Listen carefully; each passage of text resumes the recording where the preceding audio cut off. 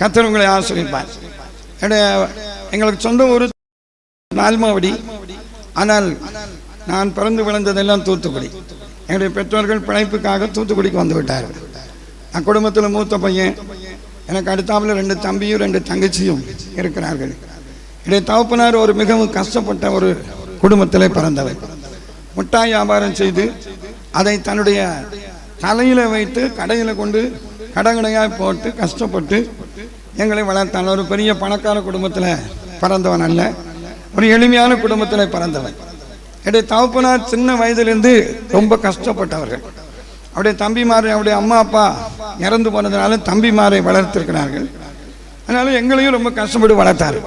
என்னுடைய அப்பாவுக்கு ஒரு பெரிய ஆசை என்னவென்றால், நாம் இப்படி கஷ்டப்படுகிறது போல நம்முடைய பிள்ளைகள் கஷ்டப்படக்கூடாது, பிள்ளைகள் நன்றாய் படித்து ஒரு பெரிய உத்தியோகத்தில் இருக்க வேண்டும் என்று என்னுடைய தகப்பனாருடைய விருப்பம்.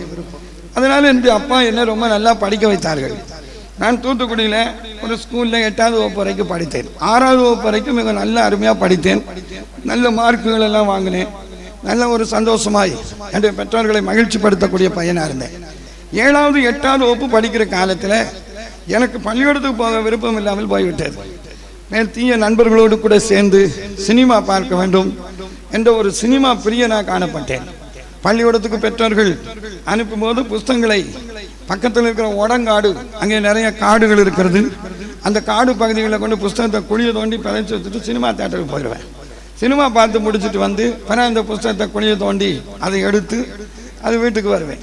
எப்படி எத்தனையோ தடவை இந்த புஸ்தகங்கள் மண்ணில் அடக்கம் பண்ணப்பட்டு திரும்ப அதை உயிரோடு அனுப்பி வந்த மாதிரி வந்திருக்கு. இப்படி பல முறை செய்திருக்கிறேன். சினிமா பார்க்கணும் அப்படிங்கிற ஒரு ஆசை. சினிமா பார்க்கறதுக்கு தாய்ப்பன் சரியாக பணம் கொடுக்க மாட்டார்கள், கஷ்டப்பட்டவர்கள். அதனால் அவர்கள் பணம் தர முடியாத காரணத்தினாலே நான் தீய சில களவு பழக்கங்கள் என்னுடைய வாழ்க்கையில் இருந்தது. இப்போ கிடையாது, பயந்துனாங்க. ஒரு காலத்தில் ரொம்ப களவு செய்கிறது எனக்குள்ளே இருந்தது. பூட்டுக்கு 2 சாவி இருக்கும். அதில் ஒவ்வொரு சாவியும் எங்கள் அம்மா அப்பாவுக்கு தெரியாமல் நான் எடுத்து வைத்துக் கொள்வேன். ஆனால் ஒழுங்காக சர்ச்சுக்கு போவேன். நாங்கள் ஒரு சிஎஸ்ஐ சபையை சேர்ந்தவர்கள். சர்ச்சுக்கு ஒழுங்காக போவேன். ஒவ்வொரு சாவியும் கையில் எடுத்து வச்சு நான் களவாண்டு வச்சுருந்தேன். அம்மா அப்பாட்ட ஒவ்வொரு சாவி இருக்கும். சபைக்கு போவோம், உபதேசியார் ஜெபம் கடவோம் அப்படின்னு சொல்லுவார். எங்கள் அம்மா அப்பா கண்ணை மூடி இருக்காங்களா நீ பார்ப்பேன். அவங்க கண்ணை மூடி நல்ல ஜெபம், பக்தி உள்ள பெற்றோர்கள் கண்ணை மூடி ஜெபம் பண்ணுவார்கள். நான் வெளியில் வந்து அந்த சாவியை ஒரு மரத்து கீழே பிதைச்சி வச்சிருப்பேன். எல்லாம் பிதைச்சி வைக்கிறதா, மரத்து கீழே பிதைச்சி வச்சிருப்பேன். அந்த சாவியை எடுத்து வீட்டில் இருக்கிற எல்லா கதவுகளையும் திறந்து வீட்டில் இருக்கிற பணத்தை அப்படியே எடுத்து அதை திருடி கொண்டு வந்து திரும்ப அந்த சாவியை ஒரு வேப்ப மரத்து பக்கத்தில் பிதைச்சி வச்சுட்டு இந்த பணத்தை ஒரு குத்துக்கள் பக்கத்தில் பிதைச்சி வச்சுட்டு அதுக்கு பிறகு சர்ச்சில் வந்து கண்களை மூடி ஜெபம் பண்ணி கொண்டிருப்பேன். ஜெபம் முடிந்து என்னுடைய அம்மா வீட்டுக்கு போவார்கள். அம்மா அப்பா இல்லை, வீட்டுக்கு போய் கதவை திறந்து பார்ப்பாங்க. பணம் தேவைன்னு சொல்லி நேரத்தில் பீரோவில் பார்க்கும்போது பணம் இல்லாமல் போயிருக்கும். என்னுடைய அம்மா சொல்வார்கள், பூட்டின கதவு பூட்டின மாதிரி இருக்கையா, பணத்தை காணவில்லை, இது எப்படி போகிறது என்று தெரியவில்லை, இது ஒரு பெரிய ஆச்சரியமா இருக்கிறது. என்னுடைய அம்மா என்னுடைய அப்பாவிடத்தில் அப்படி சொன்னார்கள். நானும் அவரிடத்துல ரொம்ப ஆச்சரியமா இருக்கிறதே, வீட்டு கதவு பூட்டி இருக்கு, பணத்தை காணலைன்னு சொன்னா இது உலக அதிசயத்திலே இது ஒரு பெரிய அதிசயமா இருக்குது. இது யார் திருடுறா அப்படிங்கிறத நாம் சீக்கிரமாக கண்டுபிடிக்க வேண்டும் என்று என்னுடைய அம்மா அப்பா இடத்துல சொன்னேன். இப்படி பல முறை ஜபத்துக்கு போகும்போதெல்லாம் வீட்டில் கலாண்டு தாய் தகப்பன் சம்பாதித்தெல்லாம் திருடி செலவழித்து ஒரு முன்னேற்றம் எங்களுடைய குடும்பத்துக்கு வருவதற்கு தடையான ஒரு மனிதனாக நான் வளர்ந்து வந்தேன். இப்படி என்னுடைய வாழ்க்கை மிக ஒரு மோசமான வாழ்க்கையாக காணப்பட்டது. எப்படி சினிமா பிரியனாய், திருட்டு பழக்கத்துக்கு ஒரு அடிமை உள்ளவனாய் நான் காணப்பட்டேன். எப்படி பல நாட்கள் திருடு நடந்தது. கண்டினியூ என்னுடைய தகப்பனார் தாயாரும் இப்படி திருடு நடக்கிறதுனால இது என்ன நீ கண்டுபிடிக்கணும்னு சொல்லி நிறைய ஊழியக்காரர்களை கூட்டிட்டு வந்து எங்கள் வீட்டில் விசேஷித்த கூட்டங்கள் நடத்தினாங்க. ஊழியக்காரத்தை சொல்லி எது பிசாசு பேய் வந்து ஆவியா பணத்தை பிடிங்கிட்டு போதும் என்னமோ தெரியல, அதனால ஒரு கூட்டம் வைக்கணும்னு சொல்லி ஜெபம் பண்ணாங்க. நிறைய பேர் வந்து ஜெபம் பண்ணாங்க. ஜெபம் பண்ணி முடிச்சுட்டு போயிட்டாங்க. திரும்பவும் இந்த திருட்டு பழக்கம் எனக்குள்ள இருந்து கொண்டே இருந்தது. ஆனால் பாருங்க, ஒரு நாள் என்னுடைய தகப்பன் இடத்துல சொன்னேன், இந்த ஊழியக்காரங்கள்லாம் வச்சு ஜெபம் பண்றது வேஸ்ட், நீங்க ஏதாவது ஒரு மந்திரவாதியை போய் பாருங்க, ஏதாவது பிசாசு பேய் தான் திருடிட்டு போயிருக்கோம், ஒரு மந்திரவாதியை போய் பாருங்க என்பதாக அவர்களுக்கு ஆலோசனை கொடுத்தேன். பாருங்க, செய்தது நான், ஆனா ஒரு நீதிமான போல, ஒரு நல்லவனை போல என் தாய் தகப்பனுக்கு முன்னாடி காணப்பட்டேன். என்னுடைய அப்பா திடீரென்று உடனே பாருங்க, நல்ல ஜெபிக்கிறவங்க, மந்திரங்கத்தெல்லாம் நம்பக்கூடியவங்க அல்ல, அப்படிப்பட்டவங்களுடைய மனதை மாற்றக்கூடிய அளவுக்கு பேசி எங்க அப்பா திடீர்னு ஒரு இடத்துல போய் ஒரு மந்திரவாதி அழைத்து கொண்டு வந்தார். எங்க பக்கத்து தெருவில் ஒரு 3 தெருவு தள்ளி ஒரு மந்திரவாதி இருக்கிறார். அழைத்து கொண்டு வந்தார்கள். அந்த மந்திரவாதி வந்து வீட்டில் இந்த வெத்தலையில் வந்து ஒரு அச்சாரம் போட்டு ஒரு காலை ஒரு மாதிரி மடக்கி உட்கார்ந்துக்கிட்டு ஒரு மந்திர புஸ்தகத்தை திறந்து மந்திர மாலையை தன்னுடைய கைகளில் வைத்து கண்களை மூடி அப்படியே ஏதோ மந்திரங்கள் சொல்ல ஆரம்பித்து விட்டான். அவன் உட்கார்ந்து இருக்கிற சைஸையோ அவன் அந்த மந்திர மாலையை பிடிச்சி கண்ணை மூடிட்டு மூடுறதை பார்த்து எனக்கு ஒரு பயமாகி போச்சு. எங்க அந்த பாஸ்டர்மார்களுக்கு கூட ஜெபம் பண்ணும்போது தெரியாத சில ரகசியங்கள் இந்த மந்திரவாதிகளுக்கு எங்கே தெரிந்து விடுமோ என்று எனக்கு ஒரு பயம். அன்னைக்கு தான் நான் உண்மையா ஜெபம் பண்ண ஆரம்பிச்சேன். ஆண்டவரே, என்ன இந்த மந்திரவாதி என்ன காண்பிச்சு கொடுத்துடக்கூடாதுயா, இந்த ஒரு தடவை எனக்கு மன்னிங்க. அவன் கண்ணை மூடிக்கிட்டு ஒரு மாதிரி மந்திரம் ஓதுறதை பார்த்தான். எங்க அவன் மந்திர சக்தியினால் என்னை கண்டுபிடிச்சு விடுவானோ என்று ஒரு பயத்தில் அப்படி ஜெபம் பண்ணிட்டு இருந்தேன். அந்த கண்ணை மூடி அந்த மந்திரவாதி மந்திரங்கள் எல்லாம் ஓதிக்கிட்டு இருந்தான். திடீர்னு கண்ணை திறந்து எங்க அம்மா அப்பாவை கூப்பிட்டான். எனக்கு பயம், இப்ப நம்ம பேரை சொல்லிடுவானோ நீ. அவன் சொல்லிட்டான், இது ஒரு பேய் தான், அந்த வடதேசையிலிருந்து புறப்பட்டு வந்து இதெல்லாம் எடுத்துட்டு போகுது, இது ஒரு பிசாசுகளுக்கு சில பரிகாரம் செய்யணும்னா. எனக்கு நல்லா தெரிஞ்சு போச்சு இவன் சொல்றது பொய்ன்னு சொல்லி.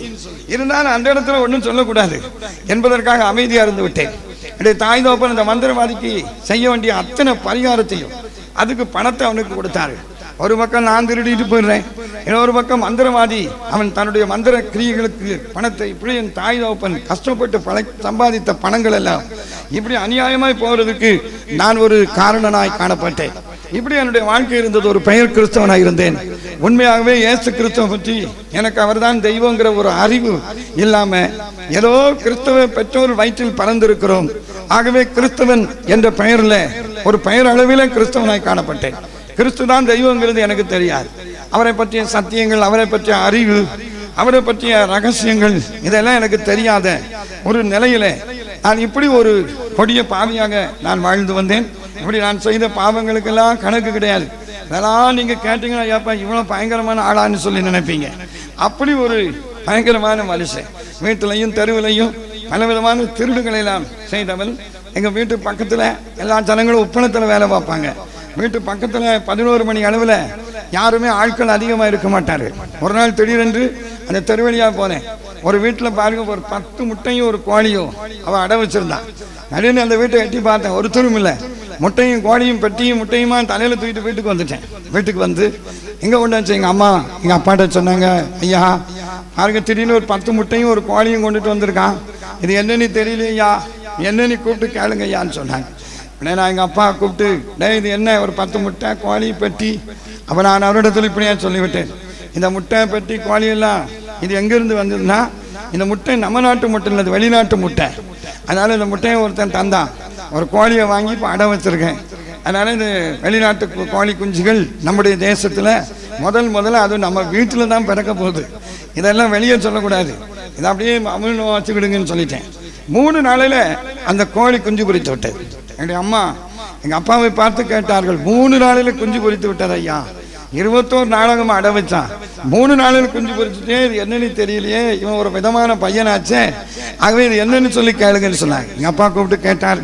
நான் அவரிடத்துல இப்படி சொல்லிவிட்டேன், அதாவது சயின்ஸ் முறைப்படி அடை வச்சேன். பள்ளிக்கூடத்தில் சயின்ஸ் சொல்லி கொடுத்தாங்க டீச்சர், அதை அப்படியே படித்து சயின்ஸ் மெத்தடில் அடை வச்சு 3 நாளில் குஞ்சு பொரிச்சுட்டு வேற இது ஒன்றும் கிடையாதுன்ட்டு. உடனே பாருங்க எங்கள் அம்மா அப்பா அப்போ இப்படி ஒரு சயின்ஸ் இருக்கு போலன்னு சொல்லி அவர் நினைத்து கொண்டார்கள். அங்கே ஒரு நல்லா படித்த ஒரு சகோதரி எங்கள் வீட்டு பக்கத்தில் இருந்தார். அவர்கள் சொன்னாங்க, அப்படிலாம் சயின்ஸில் கிடையாது, இவன் ஏமாத்துறான் அப்படின்னு சொன்னாங்க. நான் அவர்கிட்ட போய் சொன்னேன், நீ படிக்கிற காலத்தில் சயின்ஸில் கிடையாது, இப்போ இருக்கிற சயின்ஸை பற்றி உனக்கு என்ன தெரியும், அதனால நீ பேசாம வாயை பொத்திக்கிட்டு பம்பான வார்த்தைகளை பேசி விரோதத்தை வளர்க்காதுன்னு சொல்லி அவளை போய் சண்டை போட்டு சத்தம் போட்டு நிறுத்தி விட்டேன். இப்படி என்னுடைய வாழ்க்கையில செய்த காரியங்களுக்கு கணக்கே கிடையாது. பிறகு திடீர்னு இன்னொரு அம்மா ஒரு 10 முட்டையும் ஒரு கோழியும் வச்சுக்கிட்டு அவன் என்னைய கூப்பிட்டு, தம்பி சேகர், என் கோழியை சயின்ஸ் முறைப்படி நீ அடை வச்சுட்டான், 3 நாளில் குஞ்சு பொறிக்கக்கூடிய அளவுக்கு சயின்ஸ் மெத்தடெல்லாம் படிச்சிருக்கேன்னு சொல்லி கேள்விப்பட்டிருக்கிறேன், அதனால நீ அடை வச்சு தந்தாதான் உன்னை விடுவேன்னு ஒரு அம்மா பிடிச்சிக்கிட்டான். எனக்கு பெரிய சங்கடமாக போச்சு. அவன்கிட்ட என்ன சொல்லன்னு யோசித்து பார்த்தேன். அவளிடத்துல இப்படி ஒரு வார்த்தை சொன்னேன், அதாவது சயின்ஸ் முறைப்படி அடை வைக்கிறது தட்பவெப்ப நிலைகள் ஒரு டிகிரியில் வரணும், அப்போல்லாம் அந்த சயின்ஸ் மெத்தடில் அடை வச்சா கோழி 3 நாளில் குஞ்சு பொரிக்கும். அந்த தட்பவெப்ப நிலை இப்போது இல்லை, மாறி போயிடுச்சு. அது ஒரு 5 நாள் கழிச்சு வரலாம், 5 வருஷம் கழிச்சு வரலாம், 50 வருஷம் கழிச்சு வரலாம். அது இந்த பூமிக்கு வராமலே போனாலும் போயிடலாம். அதனால இப்படி பல பிரச்சனை இருக்கிறதுனால இப்போ அதெல்லாம் வைக்க முடியாதுன்னு சொல்லிட்டேன். உடனே பாருங்க, அப்படியா இந்த ஊரையும் அந்த தெருவையும் குடும்பத்தையும் ஏமாற்றி இப்படி ஒரு பயங்கர படு மோசமாய் நான் ஜீவித்து வந்தேன். இப்படி ஜீவித்து வந்த காலத்தில் தூத்துக்குடி பக்கத்தில் அணியாவரநல்லூர் என்று ஒரு சின்ன கிராமம் இருக்கிறது. அந்த கிராமத்திலிருந்து பாஸ்டர் சாமுவேல் என்று ஒருவர் ஆண்டுடைய வார்த்தையை சொல்வதற்காக எங்களுடைய சபைக்கு வந்திருந்தார். அவர் ரொம்ப குண்டா இருப்பார். இப்போ நான் அவரை மாதிரி குண்டாயிட்டேன். அவர் ரொம்ப குண்டா இருப்பார். அவர் பிரசங்கம் பண்ணுவதற்காக நின்றபோது தூரத்தில் என் பக்கத்தில் உட்கார்ந்திருந்த ஒரு நண்பனுடைய காதுக்குள்ளே சொன்னேன், எவ்வளோ பெரிய எந்த ரேஷன் கடை அரிசி சாப்பிட்டான்னு தெரியலையே, எவ்வளோ தடி இருக்கிறான், கொஞ்சம் தடியாக இருக்கிறான்னு சொல்லி அவரை இன்னொரு பையனுடைய காதுக்குள்ளே சொல்லிக்கிட்டு இருந்தேன். உடனே அவர் கையை நீட்டி என்னை பார்த்து சொன்னார், நான் இவ்வளவு தடியாக இருக்கிறதுக்கு காரணம் எந்த ரேஷன் கடை அரிசியும் இல்லை, இந்த வேத வசனமாகிய ஞானப்பாலை குடிச்சு நான் இவ்வளவு தடியாக இருக்கிறேன்னு சொன்னார். எனக்கு அன்றைக்கு உள்ளத்தில் அம்பு வாய்ந்தது போல எனக்குள்ளே ஒரு பயம் ஏற்பட்டது, ஒரு தெய்வ நம்பிக்கை ஏற்பட்டது. இந்த நான் மனுஷனுடைய காதுக்குள்ளே சொல்றது அவர் அங்கிருந்து சொல்லணும்னா உண்மையாக ஒரு தெய்வம் இருக்கிறார் என்ற ஒரு தெய்வ நம்பிக்கை அன்றைய தினத்தில் ஏற்பட்டது. அதில் அவர் நடத்துகிற பக்கத்தில் ஒரு வீட்டில் வியாழக்கிழமை தோறும் கூட்டம் நடத்தினார். அந்த கூட்டத்துக்கு நான் ஒழுங்காக சென்றேன். அப்போ எனக்கு ரொம்ப சின்ன வயது, 15 வயது. அந்த கூட்டத்துக்கு ஒழுங்காக சென்றேன். அந்த கூட்டங்களிலே கர்த்தருடைய வார்த்தைகளை கேட்க ஆரம்பித்தேன். ஒரு அம்மா பாவத்தை மன்னித்தார் என்ற நிச்சயம் எனக்கு இருக்கிறது.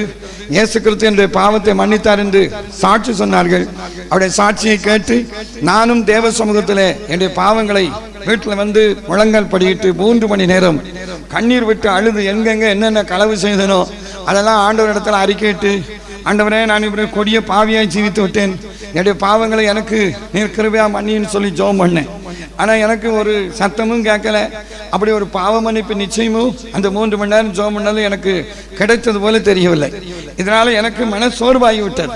எனக்கு மிகவும் பிரியமாய் உயிருக்கு மேலாய் பள்ளிக்கூடத்தில் படிக்கும் போது நான் சிநேகித்த ஒரு அருமையான நண்பன் திடீரென்று ஒரு பாம்பு கொத்தி அதனால் அவன் மரித்து போய்விட்டான்.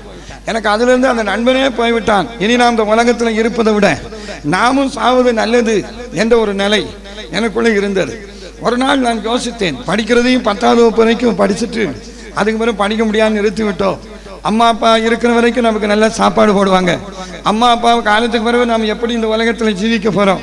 அதனால தாய் தோப்பன் இருக்கிற காலத்திலே நாம் செத்து விட வேண்டும் என்று எனக்குள்ளே தற்கொலை செய்ய வேண்டும் என்று ஒரு எண்ணம் ஏற்பட்டு வந்தது. ஒரு நாள் தற்கொலை செய்வதற்கு ஏதான ஒரு விஷத்தை வாங்கி எங்களுடைய வீட்டில் வைத்திருந்து ராத்திரி எல்லாரும் தூங்கின பிறகு அதை குடித்து விட்டு செத்து விட வேண்டும். அப்போதான் யாரும் நம்மளை தூக்கி ஹாஸ்பிட்டலில் போய் காப்பாற்றுறதுக்கு வாய்ப்பு இருக்காது என்பதாக அப்படி ஒரு விஷத்தை வைத்திருந்தேன். சரியாக ஒரு 10 மணிக்கு மேலே அதை குடிக்கணும்னு நினச்சி அந்த விஷத்தை ஒரு இடத்துல வச்சுட்டு கட்டில் படுத்திருந்தேன். என்னை அறியாமலே தூங்கிவிட்டேன். அன்னைக்கு பாருங்க, விடிய காலம் 3 மணிக்கு திடீரென்று வானத்திலிருந்து ஒரு வெளிச்சம் நாங்கள் இருந்த வீட்டில் அப்படியே நிரப்பி இருக்கிறதை கண்டேன். அப்பொழுது ஒரு சத்தம் கேட்டது, மகனே உன் பாவம் உனக்கு மன்னிக்கப்பட்டது, மகனே உன் பாவம் உனக்கு மன்னிக்கப்பட்டது, மகனே உன் பாவம் உனக்கு மன்னிக்கப்பட்டது என்று. அந்த நாளிலே நான் தற்கொலைக்கு போகணும்னு இருக்கும்போது கர்த்தர் என்னை தடுத்து நிறுத்தி அன்னைக்கு கர்த்தர் என்னோடு கூட பேசின ஒரு சத்தத்தை நான் கேட்டேன். ஒரு வெளிச்சம் அந்த வீட்டுக்குள்ளே இருந்ததை கண்டேன். ஒரு பெரிய அதிர்வு, அந்த நிலைகளும் வீட்டில் இருக்கிற அந்த பாத்திரங்களும் அதிர்ந்ததை, ஒரு பூமி அதிர்ச்சி போல எங்கள் வீட்டுக்குள்ளே ஒரு அதிர்ச்சி உண்டாகிறதை கண்டேன். என்னுடைய சரீரத்தில் ஏதோ 10-30 பேர் இருக்குது என்னை விட்டு புறப்பட்டு போய் நான் லகுவாக இருப்பதை உணர்ந்தேன். என்னுடைய தலைமுடியெல்லாம் லகுவாக இருப்பதை கண்டேன். என்னுடைய நகக்கண்கள் எல்லாம் லகுவாக இருப்பதை கண்டேன். நான் ஒரு லகுவான மனுஷனாய் மாற்றப்பட்டேன். என்னுடைய இருதயத்தில் என்ன அறியாமல் ஒரு சந்தோஷம் என் உள்ளத்தில் வந்து விட்டது. ஏன் எதுக்கு இப்படி சந்தோஷமா இருக்கிறேன் என் புத்திக்கும் அறிவுக்கும் அப்பாற்பட்ட ஒரு சந்தோஷத்தை சங்கீதக்காரன் 4ஆம் சங்கீதம் 7ஆம் வசனத்தில் இப்படி சொன்னார், அவர்களுக்கு தானியமும் திராட்சரசமும் பெரியிருந்த காலத்து சந்தோஷத்தை பார்க்கிலும் அதிகமான சந்தோஷத்தை என் இருதயத்தில் தந்தீர் என்று சொன்ன அந்த திருவசனத்தின் அடிப்படையை ஒட்டி ஆண்டவர் எனக்கு அன்றைக்கு ஒரு பெரிய சந்தோஷத்தை அந்த நாளிலே கர்த்தர் எனக்கு கொடுத்தார். நான் காலை 4 மணிக்கு எழும்பினேன். எழும்பி எங்கள் அப்பா அம்மா காலில் போய் விழுந்து அவர்கள்ட்ட அறிக்கை செய்தாப்பா, என் வீட்டில் களவாண்டு நிறைய பணமெல்லாம் களவாண்டு ஒரு திருட்டு மனுஷனாய் திருட்டு பிள்ளையாய் நான் இந்த வீட்டில் வாழ்ந்தேன். நான் அதெல்லாம் செய்துட்டேன், எனக்கு மன்னிங்கன்னு சொல்லி எங்கள் அம்மா அப்பா காலில் போய் விழுந்தேன். எங்கள் அம்மா சொன்னாங்க, ஐயா என் விஷயத்தில் ஜாக்கிரதையாக இருக்கணும், இதுவும் ஏதாவது ஒரு பெரிய வேஷமாக இருந்தாலும் இருக்கலாம், அதனால இதெல்லாம் நம்ப கூடாதியா. நம்ம கிட்ட எல்லாம் ஆண்டவர் பேசாத ஆண்டவர் இவன்கிட்ட எப்படி பேசியிருப்பாரு? இவனை போல ஒரு படு துரோகிய உலகத்திலே பார்க்க முடியாது. அதனால இவன் சொல்றது தப்பு, இதெல்லாம் நம்ப கூடாதுன்னு சொல்லி எங்க அம்மா அந்த அளவுக்கு பாருங்க, நான் மிக மோசமா இருந்தேன். ஆனா அவர்கள் கூட அன்றைக்கு நம்பவில்லை. எந்தெந்த வீட்டில் களவாண்டனோ அந்த வீட்டுக்கெல்லாம் போனேன். ரேஷன் கார்டை களவாண்டு அதை பேரை அழித்து அடவு வச்சு வாழ்ந்த காலங்கள் உண்டு. அந்த வீட்டிலலாம் போய் மன்னிப்பு கேட்டேன். இந்த பெட்டியோட தூக்கிட்டு வந்த பாருங்க, அந்த வீட்டுக்கு போய் மன்னிப்பு கேட்டேன். சில வீட்டில் மன்னித்தார்கள். சிலர் சொன்னாங்க செய்ததும் செஞ்சுட்டு மானம் கட்டு போய் மன்னிப்பா கேட்க மண்ணெளி தட்டிட்டாங்க. ஆனால் பாருங்க, நான் சொன்னேன் நீங்க மன்னிக்காவிட்டாலும் இயேசுநாதர் எனக்கு எல்லாத்தையும் மன்னித்து விட்டார் என்று. எந்தெந்த வீட்டில் திருடினோ, யார் யாருக்கு நம்ம என்னென்ன குற்றங்களை செய்தனோ அவர் வீடு எல்லாம் ஏடி இறங்கி மான ரோசம் வெக்கத்தை எல்லாம் விட்டு நான் மன்னிப்பு கேட்டேன். நிறைய பேர் மன்னித்தார்கள், நிறைய பேர் மன்னிக்க மறந்து விட்டார்கள். ஆனால் எல்லா பாவத்தையும் இயேசு எனக்கு மன்னித்தார் என்ற ஒரு நிச்சயம் எனக்குள்ளே வர ஆரம்பித்து விட்டது. நான் அதற்கு பின்பு நான் ஏதாவது ஒரு வேலை பார்க்கணும்னு முடிவு பண்ணேன்.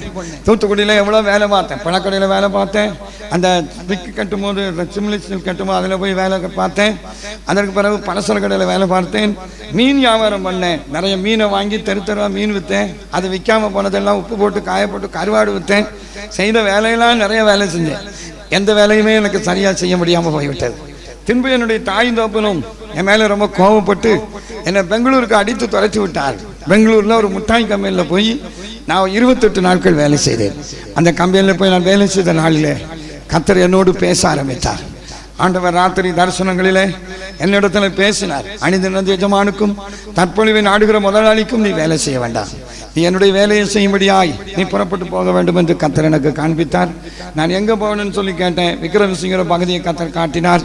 நான் அந்த பகுதியில் போய் ஆண்டவருடைய ஊழியத்தை நான் செய்ய ஆரம்பித்தேன். சின்ன வயதிலே போனேன். அங்கே எனக்கு யாரும் தெரிஞ்சவங்க கிடையாது. கூப்பிட்டுறதுக்கோ உபசரிக்கிறதுக்கோ ஒரு தண்ணி கொடுக்கற கூட ஆள் கிடையாது. எனக்கு உடுக்க மாற்று வஸ்திரம் கிடையாது. அப்படிப்பட்ட ஒரு நிர்பந்தமான நிலையிலே அந்த பகுதியை கர்த்தர் எனக்கு காண்பித்து அந்த பகுதியில் போய் ஆண்டவருடைய ஊழியத்தை செய்ய ஆரம்பித்தேன். ஆண்டவர் என் மூலமா நிறைய அற்புதங்களை செய்ய ஆரம்பித்தார். அநேக வியாதிகள், பிசாசுகள், பில்லி சூனியங்கள், புத்தி சரியில்லாத அநேக மக்களுக்கு நல்ல சுகம் எல்லாம் கிடைக்க ஆரம்பித்த உடனே ஜனங்கள் என்னை தேடி வர ஆரம்பித்தார்கள். ஒரு பெரிய கூட்டத்தை கர்த்தர் எனக்கு தந்தார். அதுக்கு பின்பு அந்த இடத்துல ஒரு சபையை, அல்லேலூயா ஜெப வீடு என்ற பெயரில் ஒரு சபையை ஸ்தாபித்து அந்த சபையை நான் நடத்தி வந்தேன். அதுக்கு பின்பு இப்போ பக்கத்தில் கல்லிடக்குறிச்சியில் ஒரு சபையை ஸ்தாபித்து அதை அருமையாக அங்கே வந்திருக்கிற பிரதர் ஆபிரகாம் அவர்கள் அதை நடத்தி கொண்டிருக்கிறார்கள். அந்த விக்ரமசிங்கர் சபையை அருமையான ஜீவா நடத்தி கொண்டிருக்கிறார்கள். இப்படியாக கர்த்தர் நிறைய ஊழியர்களை தந்தார். கருவந்தாவில் பிரதர் பால்துறை இங்கே வந்திருக்கிறார்கள். அவர்கள் அங்கே ஒரு சபையை நடத்தி இப்படி பல சபைகளை கட்டவும் அதை நடத்தவும் ஆண்டவர் இப்படியா என்னை கொண்டு நிறைய சபைகளை ஸ்தாபித்து வருகிறார்.